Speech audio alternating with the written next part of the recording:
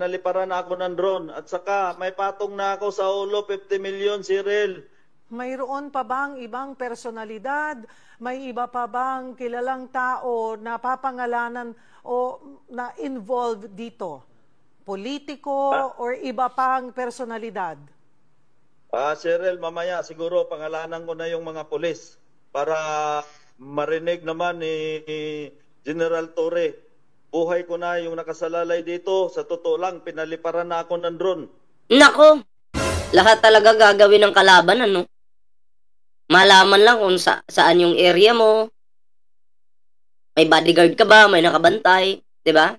So, yung kalagayan ng taong ito ngayon, delikado po. Kaya yumaman ang kasi maraming ginawang kabulastugan dito sa Pilipinas. Yung ating bansa nabababoy po dahil sa mga inchik na to, no, na alam mo yung ano, mapagsamantala. Dayuhan sila tapos sila pa yung nag-aangas dito sa Pilipinas.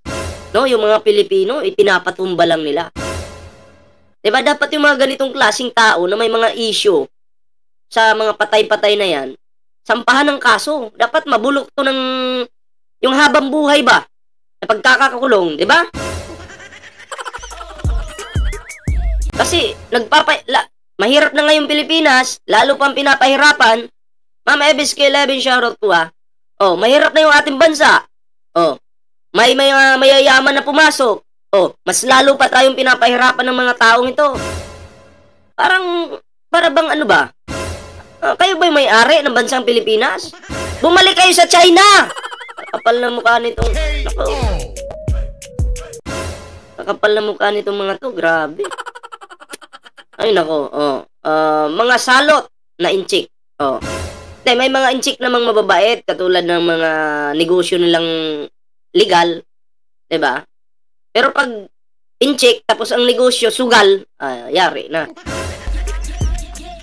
Hindi ko nga alam kung pati yung online sabong sa kanila ba 'yan? Yung online sabong na 'yan. Marami ding nasira yung buhay niyan eh. Na imbis pambili pa ng bigas, pinansabong na lang. May DDS, eto. Sabi ng DDS. Pambili ko ito ng bigas. Sana makahabol ako ng mumurahing bigas ngayon. Na project ni Pangulong Bongbong Marcos. Aba yun nangyari. Sabi niya, teka.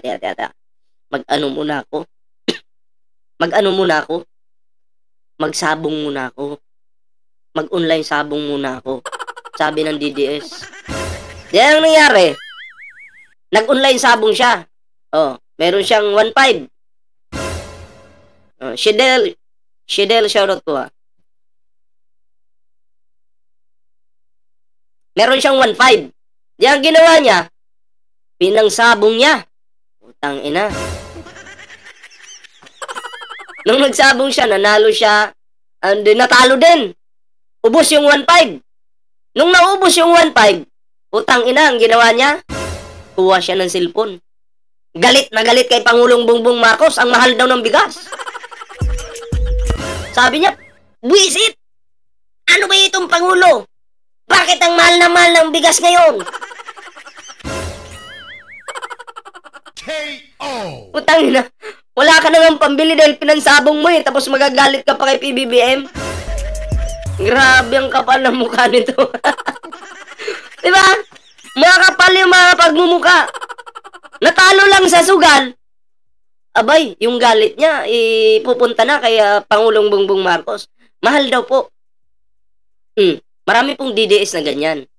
Diba? Pag natalo sa sugal, magagalit kay Pangulong Bongbong Marcos. Deserve nyo yan na magutom kayo, mga hayop talaga kayo. Diba? Lahat ng illegal na kaso ng mga insekto, ipa-deport, idol. Para sa akin, dapat hindi deport eh. Dito ikulong sa Pilipinas. Parang yung Russian-American vlogger na kinulong dito. Dapat ganun mangyari. Parang si Alice Guo. Ganun. Diba? Tuloy natin. Alam ko kung sino ang... Maliban sa pulis, ay may iba pa bang personalidad? May involved din ba ditong mga politiko? Dahil may mga lumalabas na congressman daw or senador daw. Mayroon bang ganon? Cyril, Cyril, ang gusto lang ni Mr. Atong Ang, idawit yan para may kakampi siya sa kalukuhan niyang ginawa. Nagigets ko na. So, pag dinawit niya nga naman yung mga na-mention dyan ng mga pangalan, mga kongresista, may senador pa ba?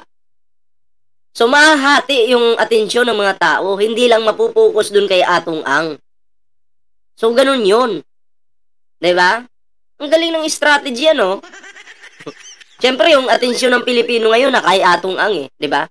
So, kailangan magdawit ng mga senador, kongresista, para yung isipan ng mga Pilipino, atensyon, mahati. Hindi lang kay Atong Ang. Okay. Nagigets ko na. Joel Romano, Tatay Meroy, Astig Official, shoutout. Oy, wag niyong kalimutang mag-like dyan, ha. Yung mga bagong pasok dyan, mag-like kayo. Ayan. Siyempre, mag-subscribe, di ba? Importante yan. Tuloy natin to. Galawang Duterte.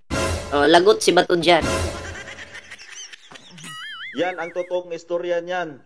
Pati yung apat na akusado na tinuruan niya na ako ang ituro na mastermind. Nandun sa farm niya yan, andun nakatira, andun ang pamilya, inalagaan niya yan at binigyan niya ng pera. Sana all inalagaan. Yeah? Pagtakpan mo lang ako, alagaan kita. Pati pamilya mo. Para gamitin niya against sa akin. Halata. Sabi ko nga, Cyril, kahit baliktarin niyo ang tanong niyo sa akin, IDAC, shoutout po, ha. Kaya kong sagutin. Pero subukan mo tanungin yung apat na yon. Tingnan natin kung makasagot ng diretsa sa Sana yung apat na yon na tinutukoy, dapat din interviewin din yun. 'Di ba? Tingnan natin kung dire-diretso ba yung mga sasabihin nila. 'Di ba? Ako po kasi, malalaman ko kung sino yung nagsisinungaling sa hindi, eh. Kaya mabilis po ako magkapag-desisyon kung sino yung kakampihan ko. Mabilis. So ngayon, sino ba yung kinakampihan ko dito? Yung katotohanan po. Which is ito yun, yung ini-interview. Bakit ako kakampi sa inchik? Tapos yung negosyo, sugal pa. Sige nga. Bing Marquez, shoutout po, ha. Bakit ako kakampi sa inchik? Tapos negosyo, sugal pa. Tapos, eto pa. Eto pa yung matindi. Di umano, mamamatay tao pa. Kaya ako po, mabilis po talaga ako magdesisyon kung sino yung kakampihan ko. Marwan, shoutout po sa'yo. Salamat po, ha, sa pag-subscribe. inyo yun. Sino ang mga pulis na involved po? Sa ngayon, itatanong ko muna sa abogado ko kasi sinabi ko na kanina na mamaya konti, kailangan ko na silang sabihin kasi kung hindi ko sabihin yan, paikot-ikot sila yan sa bahay ko. Miko Moto, shoutout po, ha. Paikot-ikot. Nananakot yan. Di ba? So, kailangan talaga, labas na yung mga pangalan yan. Yung mga pulis na yan. Kasi ito po, ha, tandaan nyo. Nung hindi pa lumabas yung baho ni Atong Ang, wala namang umiikot sa bahay niya. Pero nung sumabog na po ito sa mundo ng social media at sa mainstream media, yan na. Nung kinantan niya si Atong Ang at yung iba pa, yun na. Marami nang umiikot sa bahay niya. So, anong ibig sabihin nun? Isipin nyo. Ma'am Dalisa Enrique, shoutout po, ha. Isipin nyo, ha. Nung hindi pa lumalabas yung pangalan ni Atong Ang, wala pang umiikot. Pero nung sumabog na sa media at social media, yung pangalan niya, doon na, may nag-ikot na. Maria P. Palisok, shoutout po, ha. So, ano yon? Utos ba ni Atong Ang? Yun yung tanong ko. Paano ko i-shoutout yung nag-comment dito? Si Gandang Hapon, Ballpoint. Gwa. Anong pangalan yan? Paano kita i-shoutout? Shoutout kay Gwa.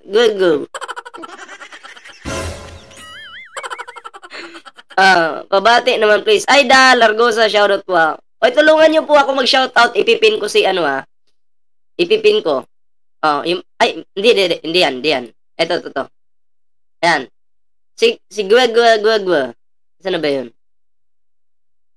Pin. Yan. Gwa. Shout out sa iyo, tuloy natin. Dalisa Enrique, salamat po sa palike dyan, Sila mismo. Ano ang pinakamataas na posisyon ng pulis na ito? Ilan silang pulis? Colonel, Major, Kapitan. Colonel, Major, Kapitan, tapos di umano, palamunin nito ni Atong Ang. Ni Shioka, whatever. Shout out sa iyo, from Japan. Ayan. Oh. May kapitan pa. Yan. At may mga sibilyan. Kumusta na rin ho ang lagay nyo? Kasunod nitong mga revelasyon ninyo ay sinasabi nyo. At kung totoo man po ito lahat, posibleng meron pang ibang tao na kunin yung grupo sa kabila para ipatumba ka. So, ingat lang. Kasi yung kalaban mo, alam niyo naman, pag mga kriminal na in-check, marami po yan, Katulad ni yung tropa ni Digong, nakalimutan ko tuloy.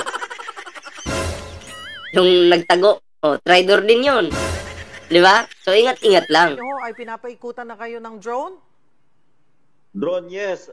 Pinaliparan ako ng drone. At saka, may patong na ako sa ulo, 50 million, Cyril. Nako. Kaya, yan, si Mr. Atong Ang, gusto niya. Para kang si yan.